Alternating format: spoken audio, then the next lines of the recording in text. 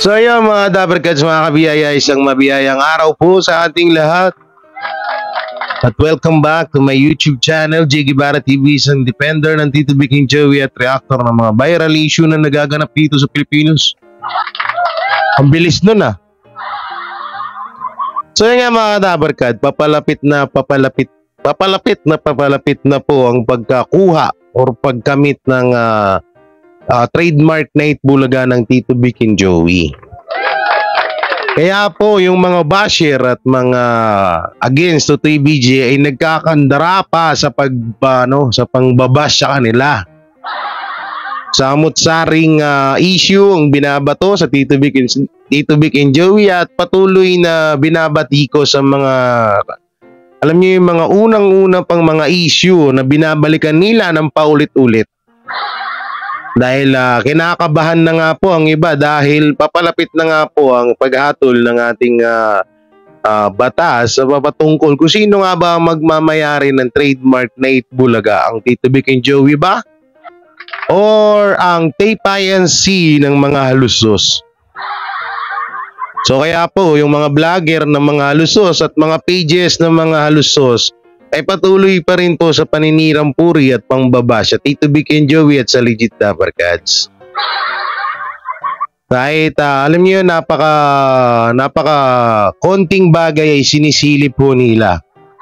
Katulad lang po nung nakaraan ay itong si Henyo Master nga po daw ay sobrang bastos.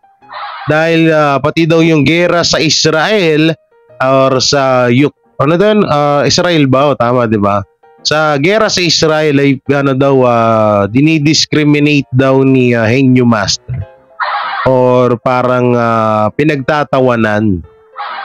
Pero sa atin naman mga Dabarkads at sa mga medyo malawak, hindi pala medyo, sa mga malalawak ang pangunawa at malalim ang pag-iintindi, ay wala naman pong lumalabas na masama ho dun sa ginawa ni Henyo Master, di ba? So syempre, ang mga magsasalita lang ho niyan ay yung mga against to TVJ, against to Tito Vic and Joey. Sila lang naman po yung palaging paulit-ulit lang kahit yung mga luma ng issue, pilit pinabalikan. But kiss. No, at ito nga may dumagdag nga no. Yung si Chester Martinez na aka soon to be Rendon Labador. Na ito daw nga po ay magiging isa sa mga or katulad ni Rendon Labador na may pagkatulonggis din ng utak. Ito yung tao na puro Biblia ang nasa post pero demonyo ang utak. So sa mga hindi nga po pala nakapanood dyan, panoorin nyo. Upload natin yung kagabi. So upload natin yan, i-click nyo lang dyan. Nandiyan po yung TVJ rapist daw. Alam nyo, yung mapatungkol doon kay Pepsi Paloma, hanggang ngayon hindi pa rin tapos. Mapatungkol kay Jose Manalo, yung pang racism daw, hanggang ngayon hindi pa rin tapos. Kahit yung kay Wally Bayola na dating tutusin tapos na naging viral issue, yung kanyang skandal, pilit pa rin pong binabalikan at pilit pa rin pinag-uusapan ng kabilang partido ng mga against TVJ. Siyempre, yung iba dyan walang pang post.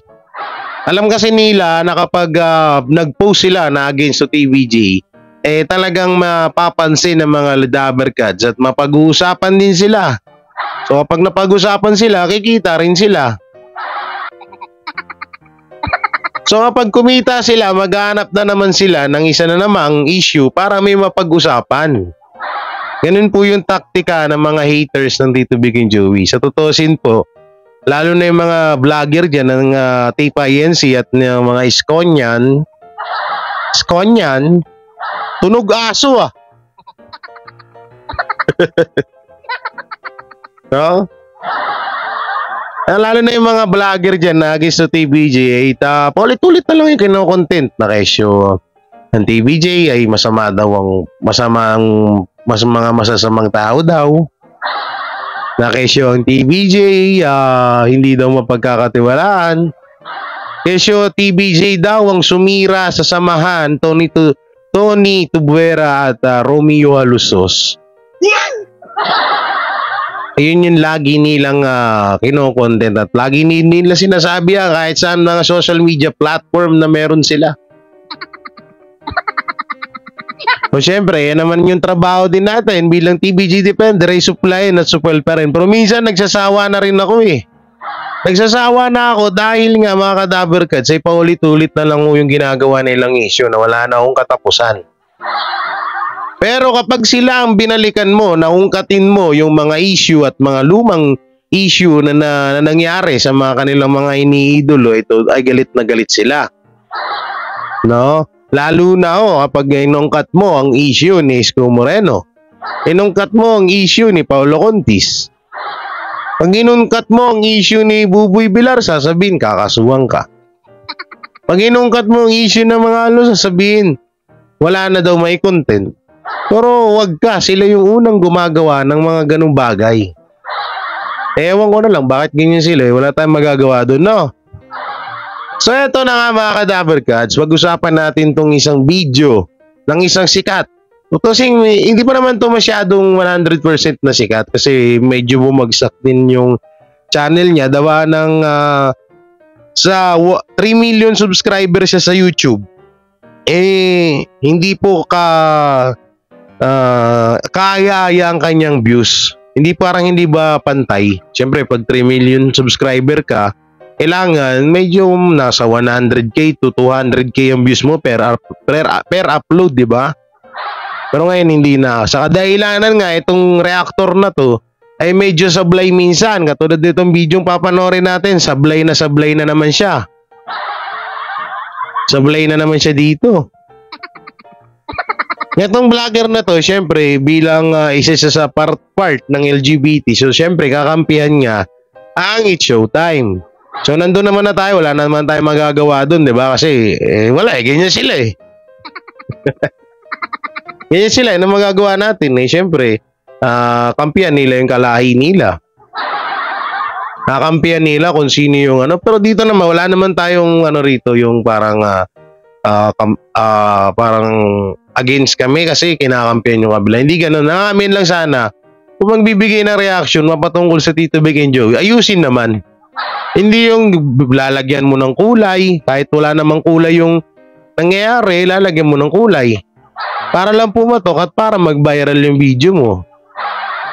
Diba? O nga po wala, bago natin ito simulan, syempre, don't forget to like, share, comment, and subscribe sa aking YouTube channel at pakipindot na lang din po yung bell button para lagi tayo updated sa ating mga video araw-araw. So ito po yung video, panoorin natin. Nung namatay na yung cellphone. Ang tagal kasi eh. So may caption siya dito mga Kadaver Cats with nakasimangot na muka ni Tito Soto.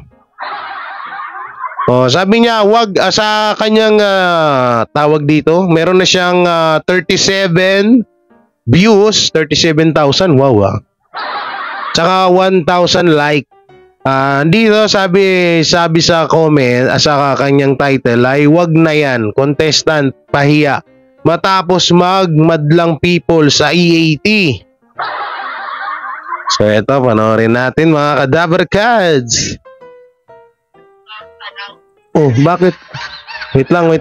Bakit ayaw gumana ng ating Okay? Yun. Okay. Lagi na lang si Eugene Domingo! Ewan ko sa inyo! Ay, naku, Diyos ko, tay! Ay, naku! Eto na, next one! Wow! Sapat lang, people! Sapat lang, people! Nagkikringe pa rin ako maganto kasi feeling ko, alam mo yung feeling mo, ikaw yung nandun sa sitwasyon. Feeling ko ako yung nagsabi ng what's up, lang, people! Yes! What lang people, doon ka sa kabila! Ayan, gino-joke lang ni Jose, pero tingnan natin ito si Tito Soto. Parang feeling ko bad trip talaga siya, te.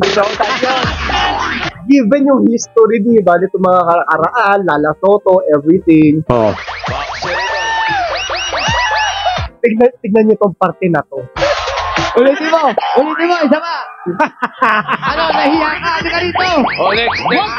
Ayan, sabi ni Tito Soto, ulitin natin. Next! Kaya, di ba? Next, wag na yan. Wag na yan! Hala, may galit siya. May something mo, onte. Nag-next lang, may galit agad. Ito hirap sa'yo eh. Tapos pag nasisiti ka, Kapag nasisita ka, nagagalit yung mga followers mo sa akin. Kasi parang ang tipo ko daw, parang ang galing-galing ko na daw na reactor. So ako hindi ko inaangat yung bangko ko dito, no. Ayon lang po dun sa nakikita ko.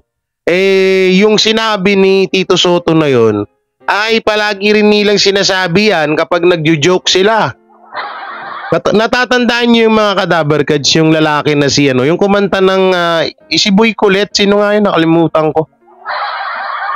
Natatandaan niyo yun, sinabihan din ni Bossing Big Soto yun, lipat na, hindi na yan, iba na yung bunutin nyo.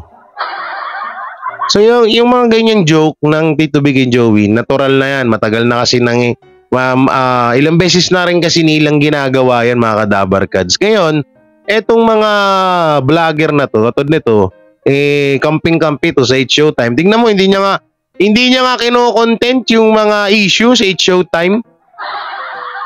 Hindi niya kino-content. Nai-content niya ba yung about dun sa sinabi ni Changami nung nakaraan? Hindi, di ba?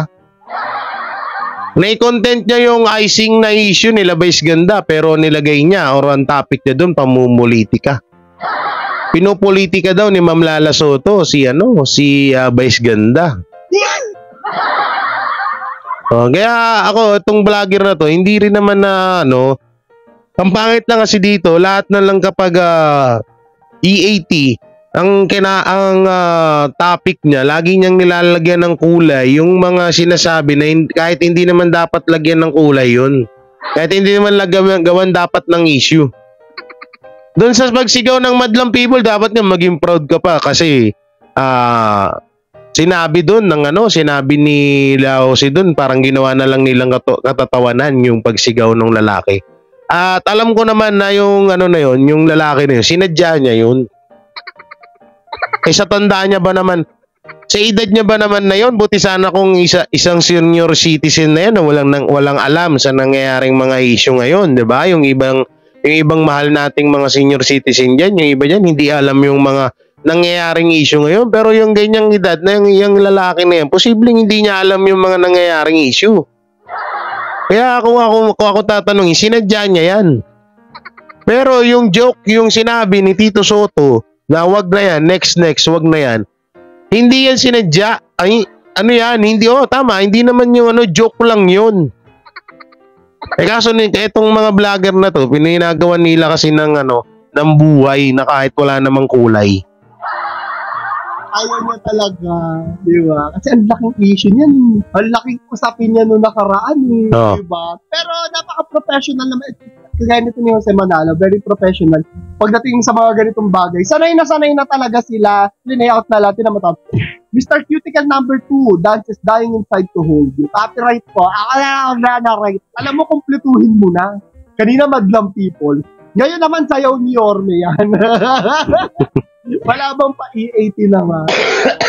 Alam mo, hindi pa ako nakakanood ng E80. So, manood ka, sabay ka sa akin. Pero ano ba sabi nila? Pinakamataas daw yung rating ng Itbulaga. May mga nakikita akong post na ganun. Hindi ko alam kung totoo. Dahil parang yung mga di ba, yung mga ratings. Parang kung saan mag-post dun yung panalo. Hindi ko masabi. Pero sabi nila, Itbulaga daw yung pinakamataas na rating. Hindi ko alam. Ito pa! Rocket. Yung pati ratings, di mo alam.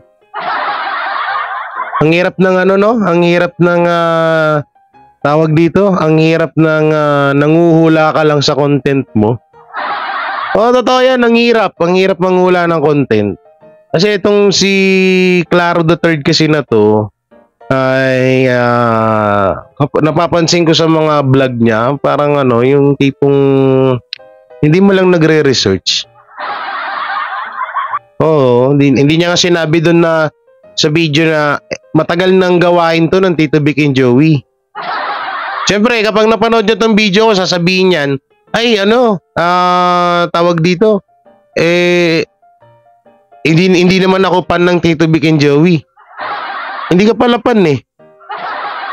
Ba't ka reaction ng reaction? Pero wala namang ano yung pagre-react ng ibang mga reactor sa vlog sa nangyaring issue or sa Tito Vic and Joey. Wala naman tayong karapatan para pagbawalan sila, no? Pero sana naman, yung wala naman na dapat gawang issue, pero ba't ginagawan?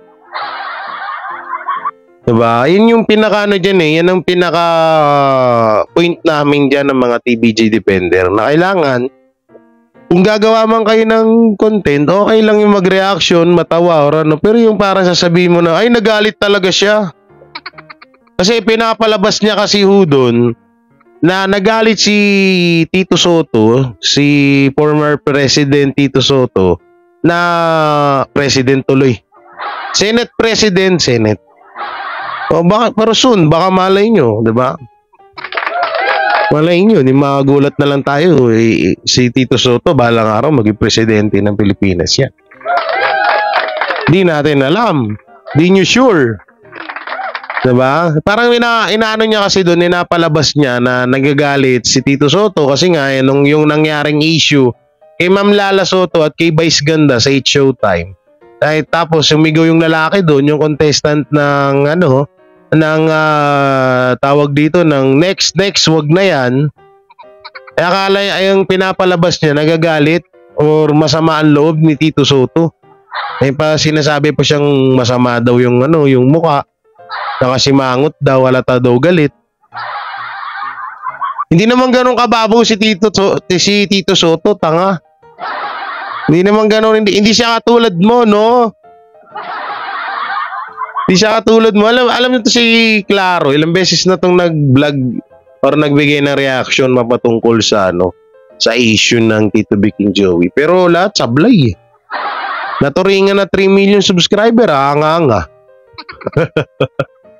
Kaya to, naturingan na 3 million subscriber ka, pero bakit aanga-anga ka? Sinabi lang yung next, wag iba na lang, sabi mo galit agad. Alam naman natin ng Tito Vic and Joey, mga komedyante yan. Magtaka ka kung halimbawa si Tito Soto isang pare, tapos sinabi niya yun pwede mo pang seryosohin yun. Komedyante yan eh. Pero ang tanong ko dito kay Claro, kung sakali mang mapanood niya to, no, at sa mga fans niya na minambaba sa akin. Eto tanong ko sa idol nyo. Tanong. Parang bawal judgmental lang Ito ang tanong ko.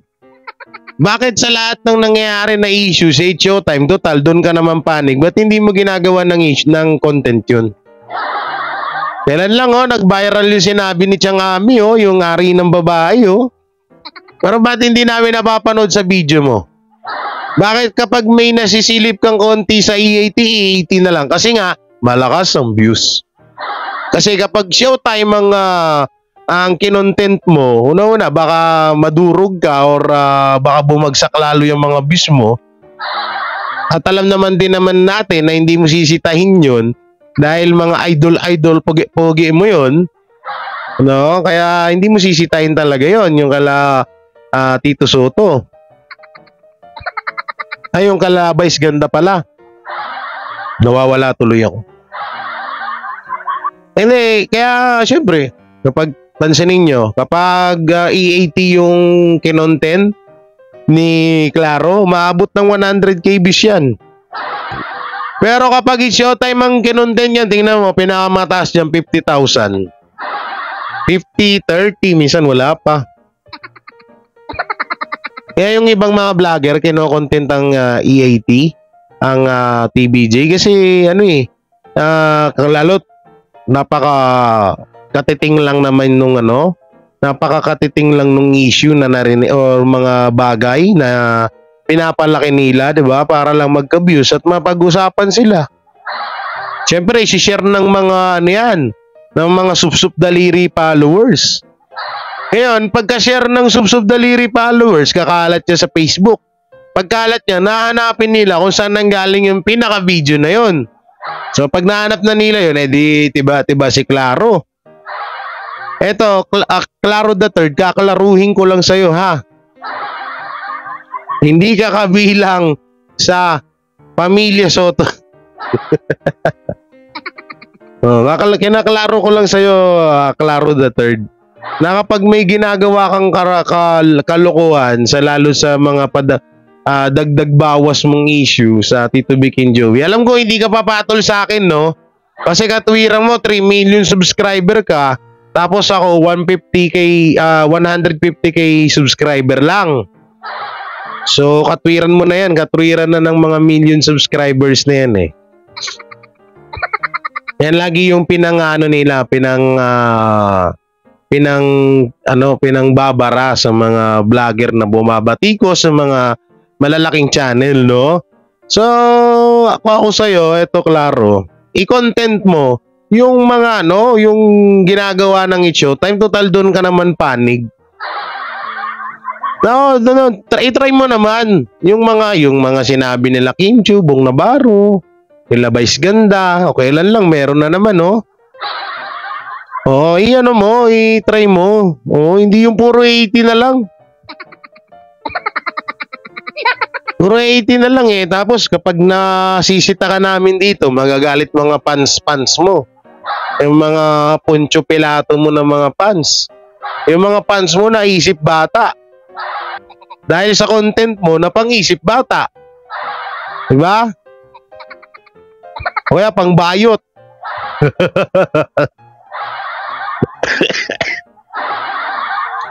Ewan ko kung ano ba yan, LGBT ba to? Si Halata naman eh. Tumitili eh. Tumitili siya eh. Ulitin natin dito. Titilian. Tingnan niya titilian. Patay niya! Ay, naku, Diyos ko, tay! Ay, naku. Eto na, next one. Wow!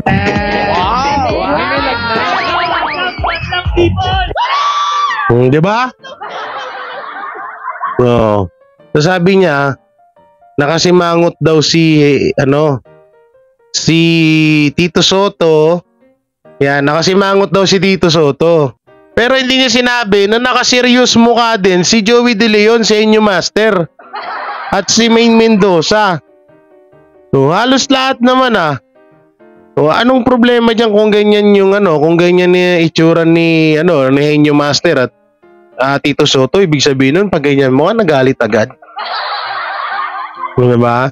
Tingnan mo, basahin natin yung yung mga comment dito, basahin natin guys. Ilan yung comment? 146.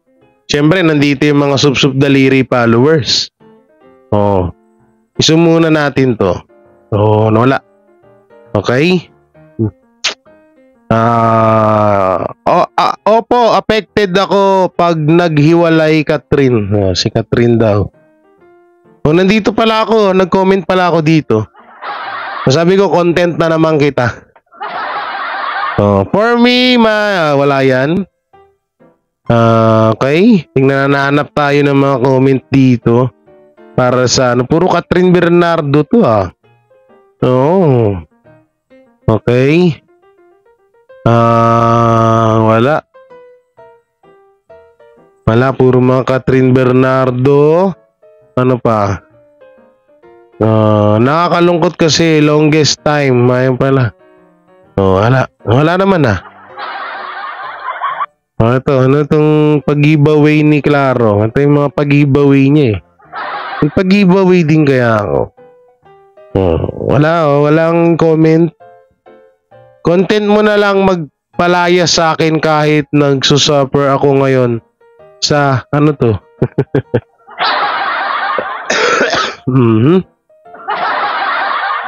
So wala naman ng mga siguro pinagbuburan niya.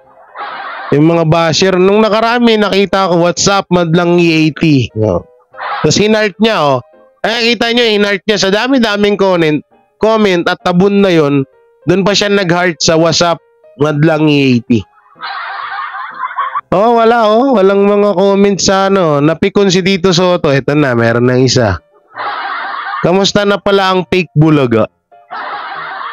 Ito obvious naman kasi na mga mas prepare ng mas maraming tao ang It's Showtime kaysa sa tae. Di wow. Okay, dito Oh, puro yung mga against the TVJ, yung mga yung tawag dito, yung mga fans ng Tito Big and Joey, wala sa comment. Pero yung mga basher ng TVJ nandun, hina-heart pa. Ang lupit talaga, no? So mga Dabarkads, anong masasabi nyo sa issue na to? I-comment nyo lang po dyan sa baba. At syempre, don't forget to like, share, comment, and subscribe sa ating YouTube channel.